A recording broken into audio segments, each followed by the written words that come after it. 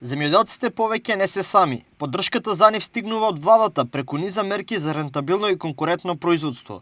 Ова денес на прес го кажаа од Штипскиот огранок на СДСМ. Со мерката Зелена нафта, земјоделските производители добиваат субвенции за користење на нафта со што ќе се зголеми ефикасноста во производството. Ќе се намалат трошоците, а со тоа ќе се зголемат и производите и ќе бидат поконкурентни. Мерката предвидува 30% повисока цена за евродизелот на земјоделската механизација.